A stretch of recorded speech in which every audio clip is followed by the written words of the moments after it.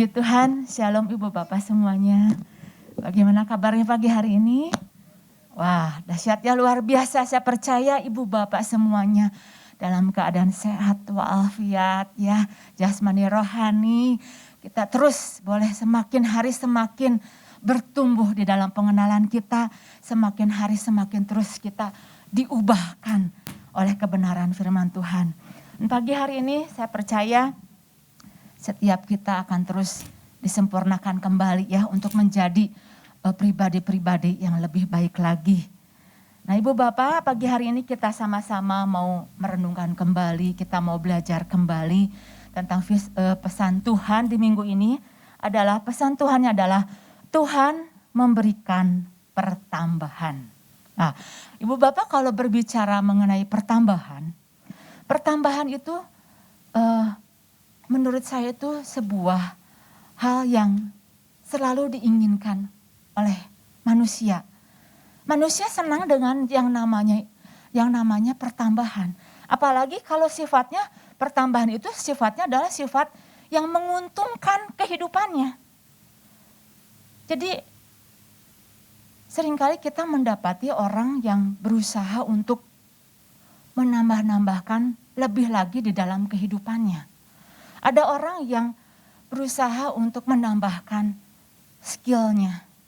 Ada orang yang berusaha untuk menambahkan pangkatnya, jabatannya, karirnya. Ada orang juga yang menambahkan gelarnya. Mereka dengan tambah gelar, tambah ilmu, belajar lagi.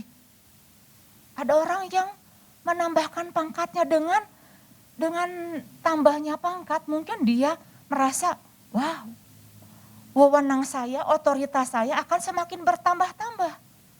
Dengan saya bertambah gelar, tambah ilmu, saya akan semakin banyak tahu dan bisa banyak mempengaruhi orang. Dengan saya bertambah dengan skill, maka kemampuan saya akan bertambah.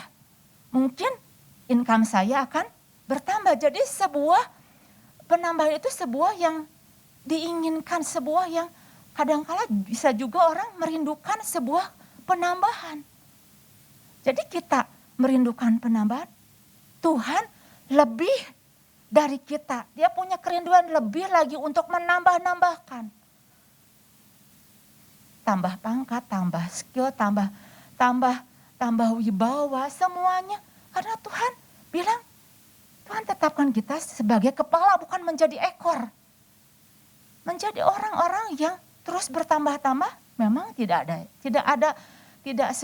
merupakan sebuah hal yang salah.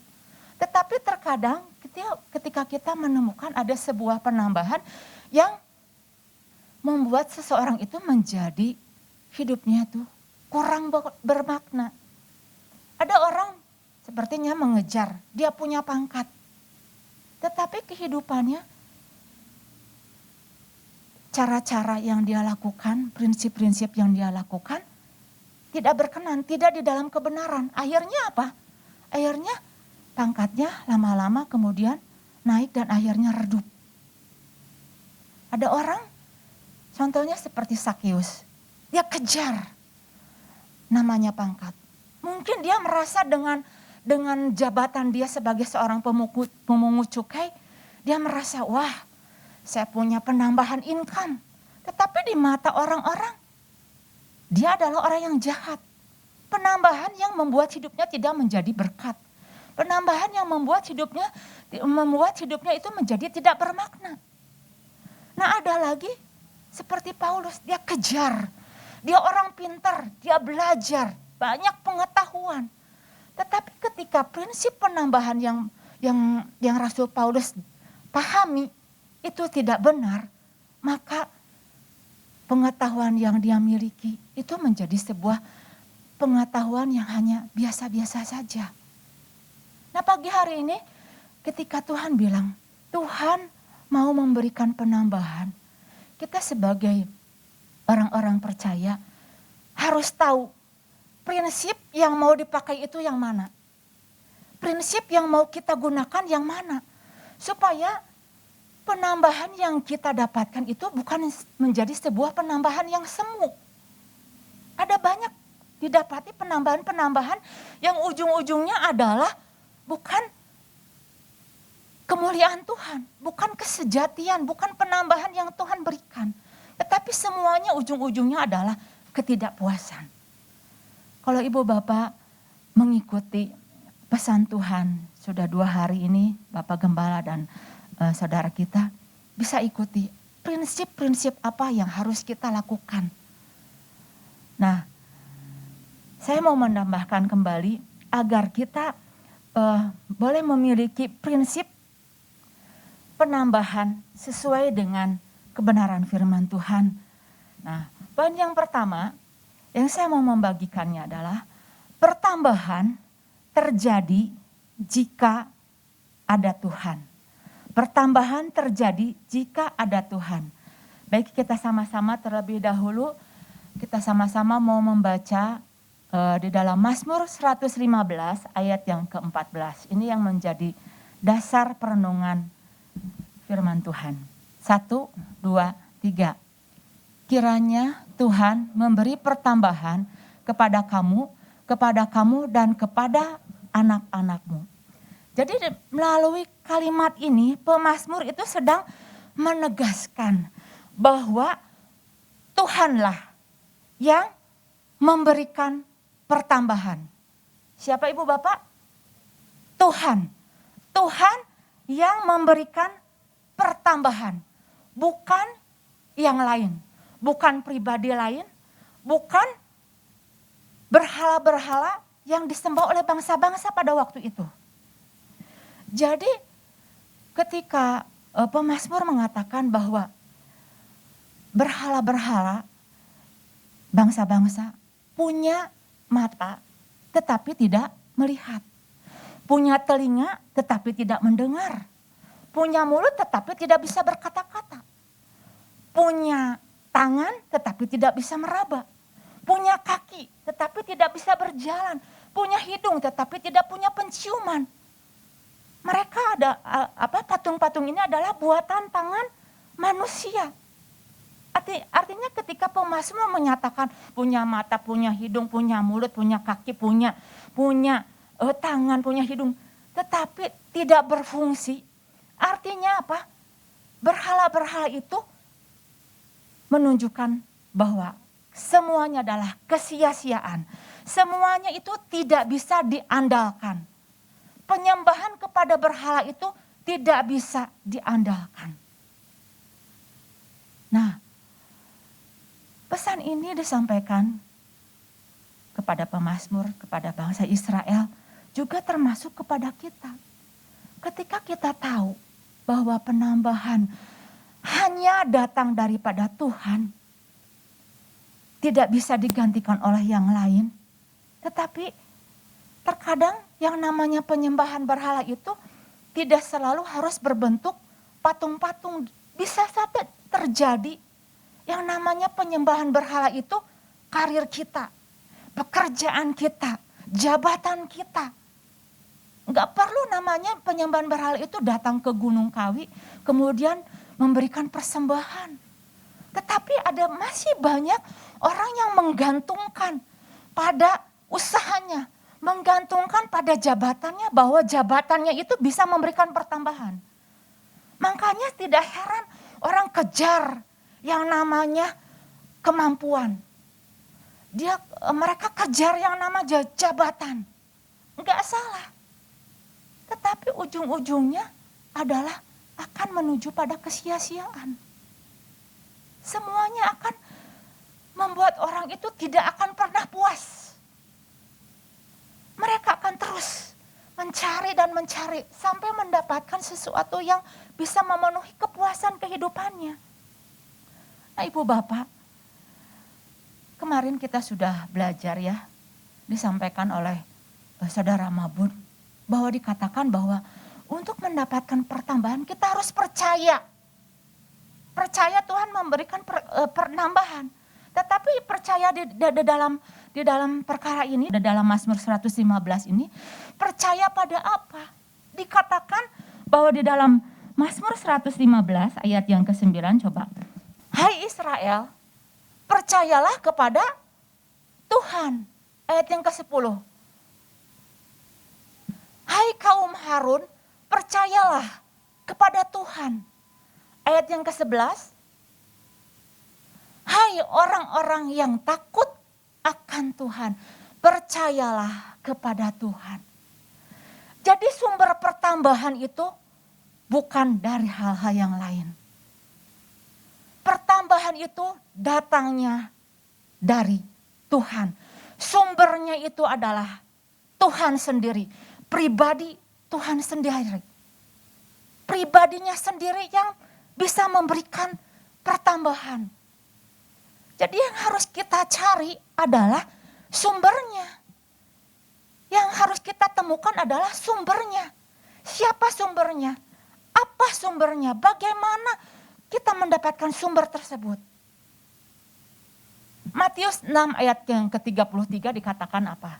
Carilah dahulu kerajaan Allah dan kebenarannya, maka semuanya itu akan ditambahkan kepadamu. Carilah dahulu Tuhannya, kerajaannya, kebenarannya, maka semuanya itu akan ditambahkan kepadamu. Jadi jangan sampai ketika Tuhan mau menambahkan salah pengejarannya. Yang seringkali terjadi atas kehidupan umat percaya itu yang dikejar adalah penambahannya dulu. Kerajaan Allah, Tuhannya itu diabaikan. Di sini dikatakan carilah dahulu kerajaan Allah dan kebenarannya. Coba ibu bapak yang namanya orang mencari itu bagaimana? Kita bisa mengikuti mungkin ya berita-berita hari-hari ini. Bapak gubernur kita kehilangan anaknya. Dia berusaha untuk cari berminggu-minggu sampai dia gak kerja dulu. Dia cari, dia sisir tepi sungai itu. Dia tanya, dia minta bantuan dari orang-orang, pakai alat. Sampai dia ingin mencari dan ingin menemukan ada sebuah penasaran, ada sebuah kehausan, ada sebuah kalau enggak ketemu itu sepertinya ada sesuatu yang hilang. Mencari itu seperti begitu. Belum doa-doanya, belum tangisannya. Nah ini orang yang mencari dahulu kerajaan Allah dan kebenarannya. Jadi yang diutamakan adalah cari terlebih dahulu sumber dari penambahan itu. Dan firman Tuhan katakan di dalam Mazmur 115, sumbernya adalah Tuhan sendiri. Sumber penambahan itu adalah Tuhan sendiri, bukan dari hal-hal yang lain. Bagaimana sekarang dengan kehidupan dari tokoh-tokoh di dalam Alkitab? Daud, Yusuf, Mordekai. Mereka orang-orang yang mencari, menemukan sumbernya terlebih dahulu. Daud, dia tahu bahwa penambahan otoritas di dalam kehidupannya itu karena dia berjalan di dalam kebenaran. Ketika dia bertemu dengan Goliat, dia menyadari bahwa dengan nama Tuhan semesta alam, aku akan mendatangi engkau. Jadi yang dia bawa adalah nama Tuhannya, karena dia tahu sumbernya itu, sumber kemenangannya itu adalah dari Tuhan. Yusuf merasa dia menerima sebuah penambahan kepercayaannya gitu. Firman Tuhan katakan, Tuhanlah yang membuat Yusuf berhasil. Mordekai enggak mencari yang namanya pangkat jabatan. Justru Haman yang mencari jabatan. Tapi akhirnya apa? Akhirnya Mordekai mendapatkan jabatan, dinaikkan pangkatnya. Karena apa? Dia berjalan di dalam kebenaran, mau membela kehidupan umatnya untuk datang pada Tuhan. Nah ibu bapak, ketika kita tahu bahwa Tuhan mau menambahkan, memberikan pertambahan, ada bagian kita yang harus kita lakukan. Bagian kita cari Tuhan, jaga kekudusan, hidup dalam kebenaran, lakukan tanggung jawab kita dengan yang terbaik. Saya percaya Tuhan kita adalah Tuhan yang baik. Dia tahu apa yang dia harus lakukan bagi umat-umat yang demikian. Itu poin yang pertama yang saya mau membagikan, bahwa pertambahan terjadi jika ada Tuhan. Kemudian pertambahan juga terjadi jika ada benih yang jatuh dan mati. Jadi benih itu harus mengalami kematian. Dengan cara apa? Benihnya itu terlebih dahulu harus jatuh dulu ke tanah. Tanahnya itu harus subur. Nah, Ibu Bapak bisa ngikutin ya pesan Tuhan ini yang sudah disampaikan oleh Bapak Gembala gitu. Benih harus jatuh di tanah yang subur dahulu. Hatinya harus subur, siap terlebih dahulu. Makanya katanya kalau sebelum firman Tuhan dibagikan, jemaat Tuhan dibawa masuk terlebih dahulu, digemburkan terlebih dahulu hatinya. Dibersihkan terlebih dahulu dari kerikil-kerikil, dari batu-batu, dari kotoran-kotoran. Lewat pujian, penyembahan masuk dan akhirnya benih itu jatuh di tanah yang subur. Ada juga setelah benih jatuh di tanah yang subur, kemudian benih tersebut harus mengalami yang namanya kematian. Tanpa kematian, benih tidak akan tumbuh. Jadi benih harus mengalami kematian terlebih dahulu untuk menghasilkan. Ketika benih itu mati, baru ada sebuah kehidupan yang terjadi. Baru ada sebuah kehidupan yang keluar. Di sebuah batu nisan ya. Di dalam batu nisan tersebut ada sebuah kalimat yang bertuliskan begini ya. Kehidupan mengajarkan cara untuk mati. Tetapi kematian mengajarkan sebuah kehidupan. Ini sebuah rangkaian dari kehidupan dan kematian yang gak bisa dipisahkan. Jadi ada kehidupan, ada kematian. Ada dua arah, ada kematian, ada kehidupan. Tetapi seringkali yang menjadi konsep dari manusia itu adalah mati menuju kehidupan. Hidup menuju kematian, ya. Pada umumnya seperti kayak gitu ya. Hidup, kita ada hidup menuju pada kematian. Makanya orang gak senang yang namanya itu dengan kematian. Kematian itu merupakan sebuah hal yang menakutkan atau merugikan atau membuat seseorang itu menderita. Tetapi prinsip kehidupan, prinsip kematian, dunia dan yang Tuhan berikan itu jauh berbeda. Kalau dunia mengajarkan hidup dan akhirnya menuju kematian. Tetapi prinsip dari Tuhan, prinsip dari kebenaran, kita hidup, kita mengalami kematian untuk mengalami sebuah kehidupan. Ini sesuatu yang dahsyat, yang Tuhan ajarkan kepada murid-muridnya. Tanpa kematian, tidak ada benih yang bisa hidup. Dan Tuhan sendiri memberikan sebuah contoh kehidupan. Rahasia dari kehidupan yang kekal. Tuhan Yesus turun dari surga ke bumi, dia mengalami kematian supaya kita beroleh sebuah kehidupan. Dia berikan sebuah keteladanan. Lewat apa? Lewat mati di kayu salib. Dia sangkal dirinya. Dia rela mati di kayu salib untuk sebuah kehidupan yang kita terima. Dan ini menjadi sebuah pokok dasar ajaran bagi murid-murid Tuhan Yesus Kristus. Dikatakan bahwa kita sebagai murid Kristus, jika tidak menyangkal diri, tidak pikul salib, tidak matikan kedagingan, kita menjadi orang-orang yang tidak layak di hadapan Tuhan. Dan proses yang namanya kematian itu bukan proses yang mengenakan. Ketika kita harus menyangkal diri, pikul salib, matikan kedagingan, enggak enak. Pengennya itu berontak. Kedagingan itu selalu pengennya menjerit. Karena apa? Menderita. Kita nggak pernah tahu bahwa di ujung dari kematian itu adalah sebuah kehidupan. Kita sedang didorong, dimatikan daging, dan kita sedang didorong untuk menimbulkan, mengalirkan sebuah kehidupan Kristus. Menimbulkan, memunculkan kehidupan Kristus. Dengan cara apa? Harus mengalami kematian. Kematian daging. Yang prosesnya itu tidak bisa dilakukan hanya 1 minggu 1 kali, hanya sekedar kita datang beribadah di tempat tersebut. Enggak, namanya proses kedagingan, proses kematian itu harus terus berlangsung setiap hari. Enggak ada, saya pikir enggak ada yang namanya hamba-hamba Tuhan itu yang dipakai sama Tuhan tidak mengalami proses kematian.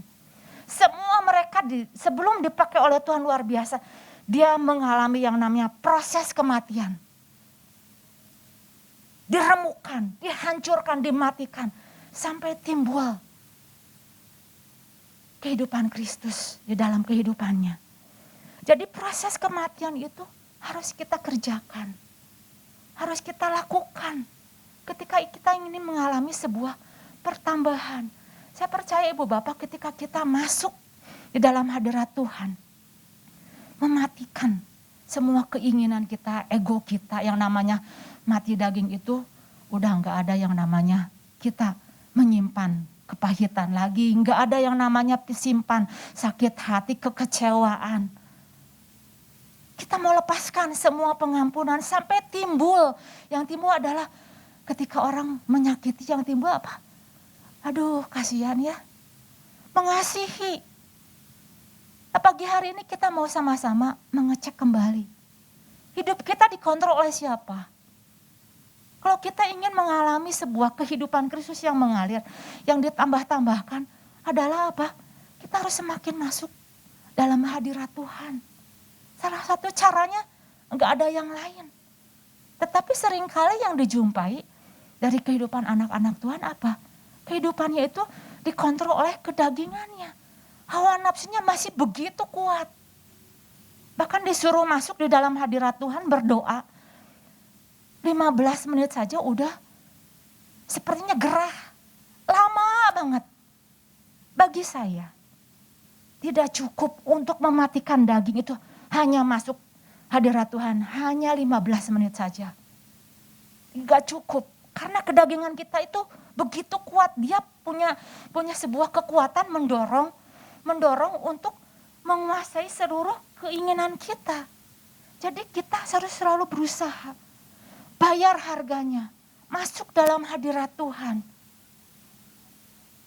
Mungkin ada orang yang beralasan begini, iya kan, yang namanya masuk hadirat Tuhan itu gak selalu harus masuk ke kamar, kemudian kunci pintu berdoa. Betul, dimanapun kita bisa berada, kita bisa berdoa, kita bisa terhubung dengan Tuhan. Tetapi bagi saya, mustahil. Kalau seseorang tidak melatih kedagingannya, tidak mematikan kedagingannya di dalam jam-jam doanya, di dalam waktu-waktunya mencari Tuhan, tidak meluangkan waktunya secara khusus, akan mengalami kesulitan. Entah di luar, dimanapun dia berada. Karena apa? Dia pikirannya selalu nerawang, gak fokus. Jadi salah satu bagian dari kita ketika kita mau mengalami yang namanya sebuah penambahan, jelas matikan. Kematian benih itu harus kita lakukan. Ini yang harus kita lakukan. Bagian kita yang harus kita lakukan. Agar apa? Agar kehidupan mengalir. Agar memunculkan kehidupan Kristus semakin hari semakin bertambah-tambah. Saya percaya setiap kita yang mau mencari Tuhan lebih dalam lagi, ada sebuah kehidupan yang akan terus semakin hari semakin berubah. Karena saya percaya orang-orang yang terus mencari Tuhan, terus Roh Kudus akan terus berusaha lambat laun akan terus semakin berubah di dalam kehidupannya dan hidupnya akan menjadi orang-orang yang terus mengalirkan kehidupan Kristus. Demikian firman Tuhan. Dua hal ini yang harus kita pegang, bahwa Tuhan adalah sumber pertambahan, dan pertambahan itu terjadi pada saat benih jatuh dan kita mengalami kematian. Tuhan Yesus memberkati.